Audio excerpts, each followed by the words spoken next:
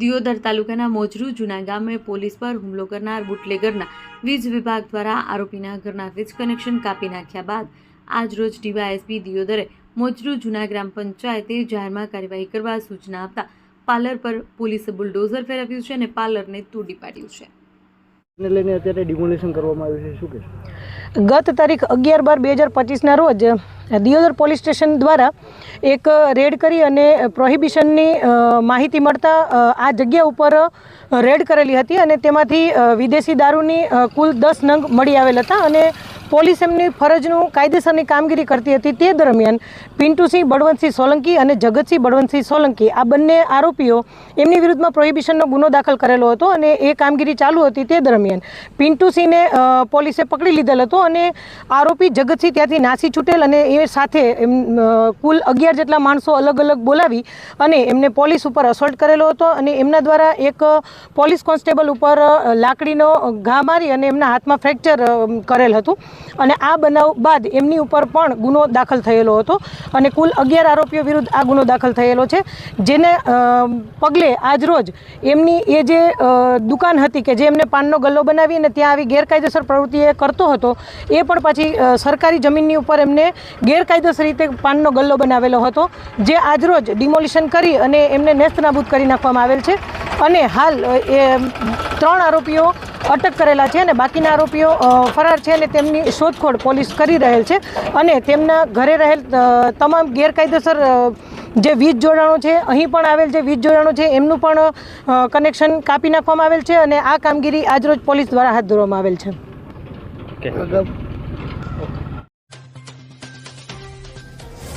થરાદ જિલ્લા મથકનું વડુ સેન્ટર હોવાને લઈ નડતરરૂપ દબાણો નગરપાલિકા દ્વારા દૂર કરાયા છે. નગરપાલિકા ચીફ ઓફિસર સહિત તંત્ર અને પોલીસ સ્ટાફ સાથે રાખી GCB મશીનની મદદથી દુકાનો તેમજ દુકાનોના આગળ કરેલા ઓટલાઓ, પાકા અને ગેરકાયદેસર દુકાનદાર કરેલ લોખંડની સીડીઓ સહિતના દબાણ દૂર કરવામાં આવ્યા છે. કાચા અને પાકો 15થી વધુ દબાણ દૂર કર્યા અને 40થી વધુ દુકાનો આગળ કરેલા પાકા ઓટલા તોડવામાં આવ્યા છે. બળિયા હનુમાન મંદિર ચોક, સ્વામી વિવેકાનંદ ચોક પાસેની દુકાનદારોએ મોટી લોખંડની સીડીઓ આગળ ઊભી કરેલ હોય, જેને લઈ રાત્રે દરબાર ઝુંબીશ ચાલુ રાખવામાં આવે છે. થરાદના મહાજનપુરા લેડાઉ ગામના રસ્તે હેવો ડમ્પર પલટ્યું છે. વરસાદી ભરાયેલા પાણીના ભેજને કારણે પાકો ડામર રોડ દબાઈ જતા ઘટના બની. લેડાઉ ગામે મુખ્ય રસ્તે ભરાયેલા વરસાદી પાણીના બુરાણ કરવાની કામગીરી ચાલી રહી છે. રસ્તાની મટીરીયલ ભરેલું રોડમાં સાઈડમાં પાર્ક કરેલું હેવો ડમ્પર ખેતરમાં પલટ્યું હતું.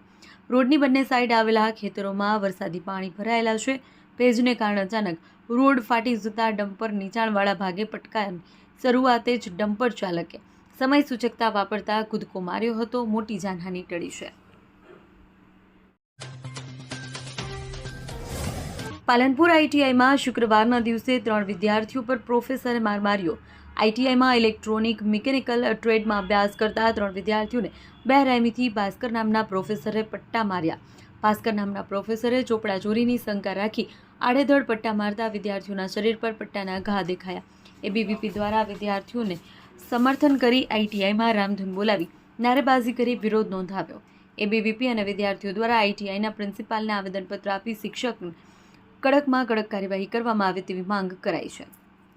મારું નામ સિંધી આફતાબ છે. હું ઇલેક્ટ્રોનિક મેકેનિક ટ્રેડમાં ભણું છું અને આ વાત શુક્રવારની છે કે હું અને મારા 3 ફ્રેન્ડ અમે બંને જણા લેસન કરતા હતા અને અચાનકથી સાહેબ આવ્યા, ભાસ્કર સાહેબ, અને અમારાથી જે જુનિયરે એમને કીધું કે એમના 3-4 દિવસથી ચોપડા ચોરી થાય. તો ભાસ્કર સાહેબને લાગ્યું કે અમે એમને ચોપડા ચોરી કર્યા છે, તો એમને બેગ જોયા વગર અમારે પટ્ટા માર્યા. પાટણ નગરપાલિકા વિસ્તારમાં આવેલી જનતા હોસ્પિટલમાં ફાયર સેફટી મોક ડ્રીલનું આયોજન કરવામાં આવ્યું હતું. હોસ્પિટલમાં આગ લાગવા અને દર્દીઓ ફસાયા હોવાની સ્થિતિમાં બચાવ કામગીરીની તૈયારીઓ ચકાસવા માટે આ મોક ડ્રીલ યોજાઈ હતી. ICU અને NICU જેવી સુવિધાઓ ધરાવતી આ હોસ્પિટલમાં હજારો દર્દી આવતા હોવાથી તેની સુરક્ષાને ધ્યાનમાં રાખી આયોજન કરાયું હતું. મહેસાણા જિલ્લા પોલીસ વડાની સૂચનાના પગલે ગેરકાયદેસર પ્રતિબંધિત ચાઇનીઝ દોરી અને તુક્કલનો વેપાર કરતા શખ્સો પર વોચ રાખતી મહેસાણા લોકલ ક્રાઇમ બ્રાન્ચની ટીમે સફળ રેડ કરી કાયદેસરની કાર્યવાહી હાથ ધરી છે. મહેસાણા લોકલ ક્રાઇમ બ્રાન્ચની ટીમે બાતમીના આધારે વિજાપુર તાલુકાના ગવાડા પામોલ ગામ નજીક આવેલા ખેતરની ઓરડીમાં ચાઇનીઝ દોરી રાખી વેચાણ કરતા શખ્સને ઝડપી તેની વિરુદ્ધ કાયદેસરની કાર્યવાહી હાથ ધરી છે.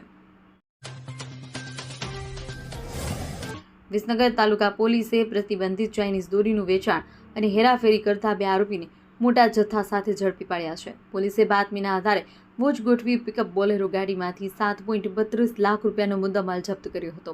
પોલીસ સ્ટાફને ચોક્કસ બાતમી મળી હતી કે કડાથી કમાણા જતા રોડ પર GJ 26T7744 નંબરની પિકઅપ બોલેરો ગાડીનો ચાલક ચાઇનીઝ દોરી લઈને જવાનો છે. માહિતીના આધારે પોલીસે તાત્કાલિક કડા કમાણા રોડ પર વોચ ગોઠવી બોલેરો પિકઅપ ગાડીને આંતરી હતી. છગાણા ઈસેદુ મિલની પાસે અહીં રસ્તો પસાર કરવામાં અકસ્માતનો સતત ભય રહ્યો છે. અગાઉ અવારનવાર અકસ્માતમાં મોતની ઘટનાઓ બની હતી, જે બાદ ભારે વાહનો માટે ઓવરબ્રિજ બનાવવામાં આવે તેવી પણ માંગ ઉઠી હતી. તેવામાં સરકાર દ્વારા મહેસાણા સ્ટેટ પ્રોજેક્ટ દ્વારા સુપરફાસ્ટ એક્સપ્રેસ કોરિડોર અંતર્ગત તમામ 4 રસ્તા પર બ્રિજ નિર્માણના ભાગરૂપે છગાણા 4 રસ્તા પર દિવાલ પર બ્રિજ તૈયાર કરી લેવામાં આવ્યો છે, જેથી પણ રવિવાર સવારથી તમામ વાહનોની અવરજવર શરૂ કરવામાં આવી છે. ભાભર તાલુકાના બુરેઠા ગામની સીમમાં એક ચોંકાવનારી ઘટના સામે આવી છે. અહીં જમાઈએ સામાજિક માથાકૂટને કારણે પોતાની સાસુની ટોમી અને ધોકા વડે હુમલો કરી હત્યા કરી નાખી છે. આ હુમલામાં સાસુને બચાવવા વચ્ચે પડેલ પુત્રવધુ પણ ગંભીર રીતે ઘાયલ થઈ હતી. માહિતી મુજબ વડપગ ગામના રહેવાસી બળવંતજી રામચંદજી ઠાકોર છેલ્લા 5 વર્ષથી ભાભરના બુરેઠા ગામે સરતાનભાઈ દેસાઈના ખેતરમાં ભાગ્યા તરીકે મજૂરી કામ કરતા હતા. રાત્રિના સમયે તેઓ સૂતા હતા ત્યારે આ ઘટના બની હતી. મૃતક જીજીબેન રામચંદજી ઠાકોર બળવંતજીના પત્ની હતા. ખેંગારપુરા ગામમાં નિર્માણાધીન આયુષ્માન આરોગ્ય મંદિરના બાંધકામમાં હલકી ગુણવત્તાના મટીરીયલનો ઉપયોગ થતો હોવાનો ગ્રામજનોએ આરોપ લગાવ્યો છે. આ અંગે ગ્રામજનોએ જિલ્લા કલેક્ટર કચેરીમાં આવેદનપત્ર સુપ્રત કર્યું હતું. તેમણે કોન્ટ્રાક્ટર પર ધમકી આપવાનો પણ આરોપ મૂક્યો છે. ગ્રામજનોના મતે બાંધકામમાં ગંભીર ગેરરીતિ અને બેદરકારી જોવા મળી રહી છે. વપરાતી ઈંટો હલકી ગુણવત્તાની છે અને નિયમ માપદંડો મુજબ નથી. પ્લિન્થ બીમની સાઇઝ નકશા અને એસ્ટિમેટ કરતાં નાની રાખવામાં આવી છે.